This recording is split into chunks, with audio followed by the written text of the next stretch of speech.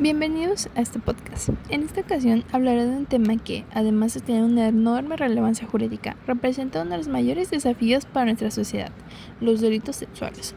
Aunque muchas veces escuchamos hablar de ellos en las noticias o en redes sociales, la realidad es que pocas personas conocen qué conductas constituyen verdaderamente un delito sexual, cuáles son sus consecuencias legales y por qué el derecho penal les otorga una protección tan especial. Comprender este tema no solamente es importante para quienes estudiamos derecho, sino para cualquier persona, porque conocer la ley también significa saber cómo proteger nuestros derechos y los que nos rodean.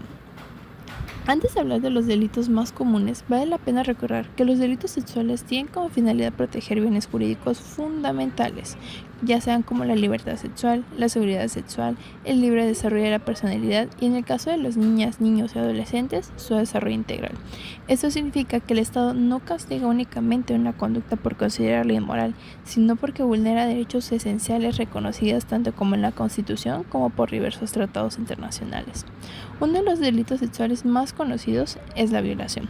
Jurídicamente consiste en realizar una cópula o un acto sexual mediante violencia física, violencia moral o aprovechándose de circunstancias que impidan a la víctima expresar libremente su consentimiento.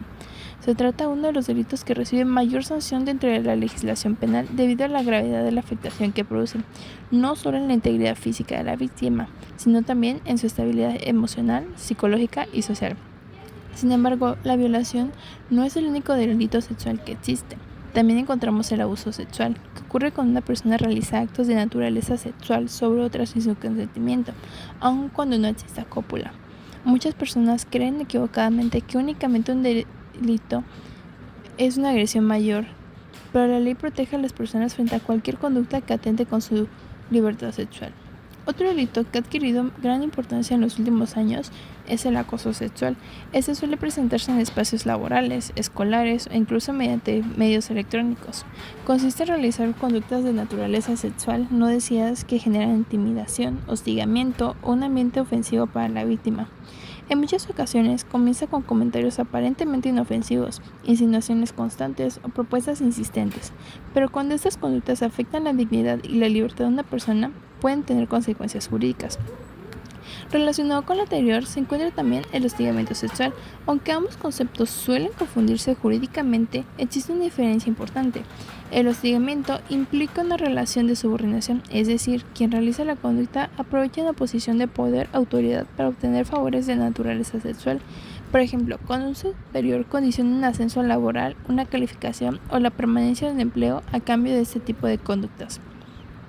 Otro aspecto que merece especial atención es la protección de niñas, niños y adolescentes.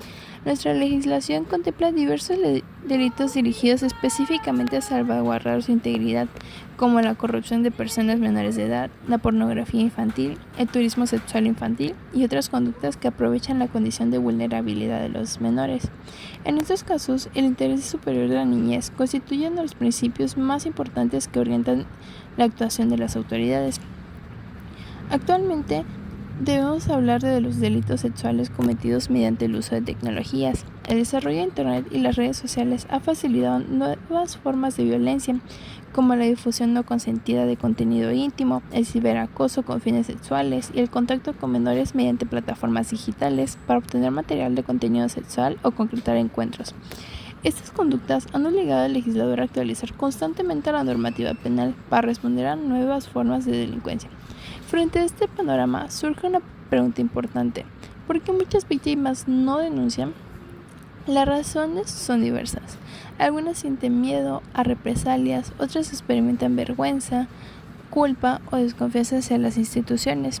También existen casos en que la víctima depende económicamente de su agresor o mantiene una relación familiar con él.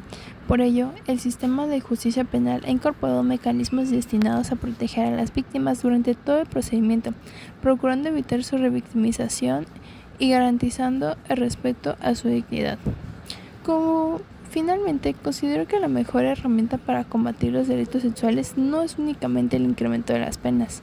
La prevención, la educación, la cultura de respeto, la igualdad entre mujeres y hombres y el conocimiento de nuestros derechos representan mecanismos mucho más eficaces para reducir este tipo de conductas. Cuando una sociedad comprende que el conocimiento La dignidad y la libertad sexual son derechos fundamentales, también fortalece el Estado de Derecho y la protección de estos derechos humanos.